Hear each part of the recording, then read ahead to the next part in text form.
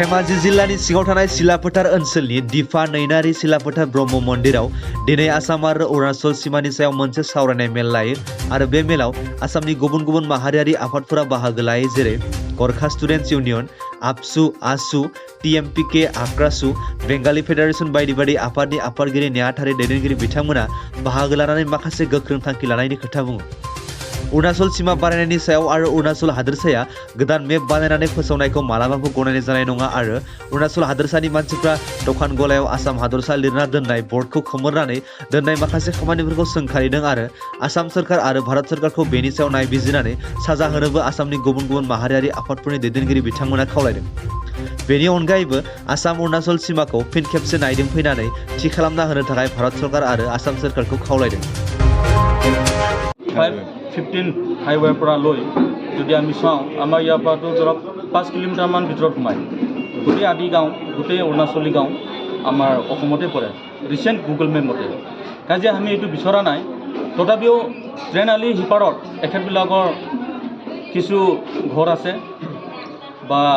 কিছু গাঁও আছে এটা গাঁও আছে ডিপা অঞ্চলত অৰুণাচলী গাঁও সেই গাঁৱৰ আমি কাৰিব যোৱা নাই যিহেতু আমি এতিয়া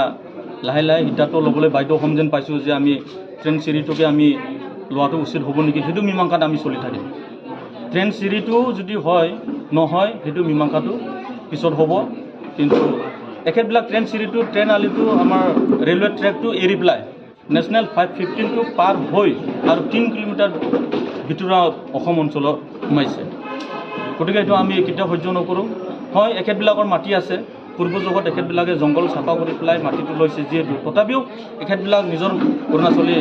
নাম জাৰি কৰিব পৰা নাই আমাৰ CC চাৰ্কলতে এখেতবিলাক খাজনাটো দি আছে যিহেতু অসমত এখেতবিলাক সুবিধাটো পাইছে তেনেকৈ আমি যদি অৰুণাচলত সোমাওঁ সেই সুবিধাটো আমি নাপাওঁ সেইটো কাৰণে আমাৰ কিছু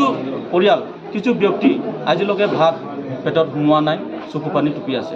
গতিকে এই সমস্যাটো সমাধান আমাৰ অসম চৰকাৰ ভাৰত চৰকাৰ অৰুণাচল চৰকাৰে যাতে পোনপটীয়াকৈ মিলাই দিয়ে সমস্যা সমাধান কৰি দিয়ে সেইটো আহ্বান আমি জনাইছোঁ জনাই থাকোঁতে আমাৰ বিধায়ক শ্ৰী ভুবন পেগু দেৱকো আমি দুবাৰমান আমি লগ ধৰিছোঁ এখেতো আশ্বাস দিছে আপোনালোকে কোনো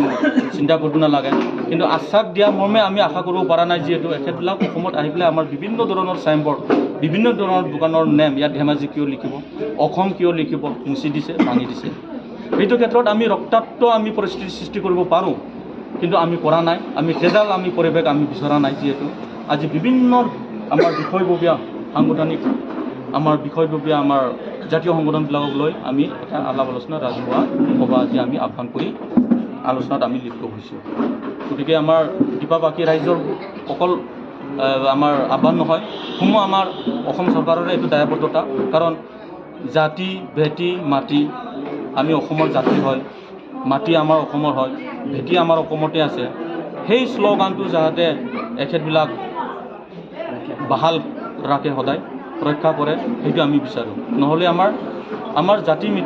মাটি ভেটি এই শ্লোগানটো অসমত দি আমাৰ এনে উপলুঙা মন্তব্য দি ৰাইজক ভগাই থাকিলে কিন্তু উচিত শাস্তি চৰকাৰে পাব সেইটোৱে আমি কৈ পেলাই আহ্বান জনাইছোঁ বৰ্তমানত যে অসম চৰকাৰ অৰুণাচল চৰকাৰ বিচাৰি আমাক যাতে নৈতিক সিদ্ধান্ত দিয়ে যায় তেনে আমি শুনিবলৈ পাইছোঁ কিন্তু আমি জানো যে ভৈয়ামে অসম পাহাৰে অৰুণাচল বুলি আমি পূৰ্বৰ পৰাই জানো সেয়েহে আমি TMPK জাতীয় সংগঠনৰ পৰা আমি দাবী কৰিব বিচাৰিছোঁ যে পূৰ্বৰ যিটো মেপ আছে সেই মেপ মতে থাকক আৰু এতিয়া নতুনকৈ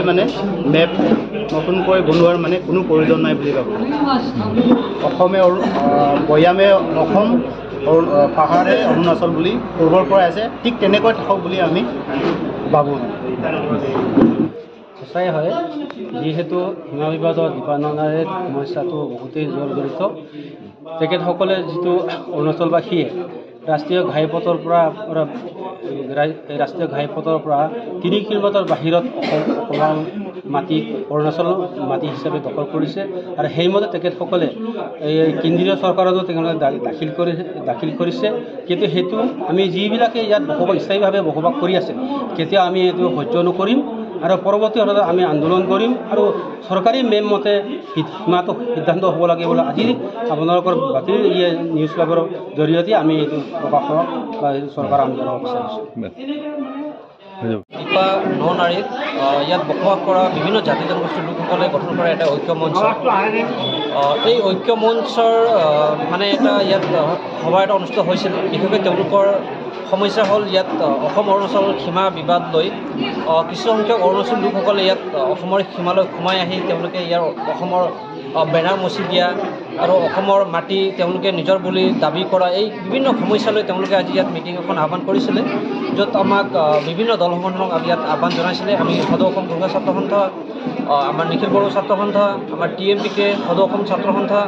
কোচ ৰাজবংশী ছাত্ৰ সন্থা, বেংগলী ফেডাৰেশ্যন আদি বিভিন্ন জাতি জনগোষ্ঠী আমি সংগঠন ইয়াত আজি উপস্থিত হৈছিলোঁ আৰু এই ঘটনা আমি বুজ ল'লোঁ। আৰু আমাৰ স্পষ্ট কথা, আমি ইতিমধ্যে অসম চৰকাৰক আমি জনাই আহিছোঁ যে অসমৰ 1 ইঞ্চিও মাটিও যাতে তেওঁলোকে অৰুণাচলক গতাই নিদিয়ে, সেই বিষয়ে আমি ইতিমধ্যে তেওঁলোকক জনোৱাৰ পিছতো ইয়াত ডিবাত এনেকুৱা এটা সমস্যাৰ সৃষ্টি হৈ আছে। সেইবাবে আমি প্ৰশাসনক স্পষ্টভাৱে আমি দাবী জনাইছোঁ যে ইয়াৰ সমস্যা তেওঁলোকে সমাধান কৰক। ইয়াৰ ৰাইজৰ যি সমস্যা, এই সমস্যা তেওঁলোকে যাতে স্থায়ী এটা সমাধানৰ ব্যৱস্থা গ্ৰহণ কৰক। অন্যথা কিন্তু ইয়াত আমি এই যিমান জনগোষ্ঠীয় সংগঠন আছোঁ, এই জনগোষ্ঠীয় সংগঠনসকলে আমি ঐক্য মঞ্চৰে ইয়াত এটা প্ৰতিবাদী আমি আন্দোলন গঢ়ি তুলিবলৈ আমি বাধ্য হ'ম। আৰু ইয়াত সেই সময়ত উদ্ভৱ হোৱা যিকোনো পৰিস্থিতিৰ বাবে কিন্তু আমি সংগঠন কিন্তু আমি দায়ী নহ'ম। আপোনালোকৰ আজি 6-7টা সংগঠনে যে আলোচনা কৰিলে, মূল সিদ্ধান্ত হিচাপে কি লোৱা হৈছে? এতিয়ালৈকে আমাৰ সংগঠনৰ সিদ্ধান্ত আমি লোৱা নাই। আমি সংগঠনে ইতিমধ্যে সিদ্ধান্ত ল'ম। ইয়াত তেওঁলোকে ৰাইজে কিছুমান প্ৰস্তাৱ তেওঁলোকে গ্ৰহণ কৰিছে যে অহা দিনবোৰত তেওঁলোকে ইয়াৰ বিভাগীয় কৰ্তৃপক্ষ হওক, আপোনাৰ বিধায়ক, সাংসদ, যদি প্ৰয়োজন হয় তেওঁলোকে গুৱাহাটী গৈ তেওঁলোকে মুখ্যমন্ত্ৰীকো লগ ধৰাৰ এটা প্ৰস্তাৱ তেওঁলোকে গ্ৰহণ কৰিছে ইয়াত। আৰু এই প্ৰস্তাৱত আমি সমৰ্থন জনাইছোঁ। আৰু যদি প্ৰয়োজন হয় এই বিষয়টো যদি চৰকাৰে যদি কোনো বিশেষ ব্যৱস্থা গ্ৰহণ নকৰে, আমি সংগঠনে কিন্তু ইয়াত প্ৰতিবাদী কাৰ্যসূচী আমি গ্ৰহণ কৰিবলৈ আমি বাধ্য হ'ম।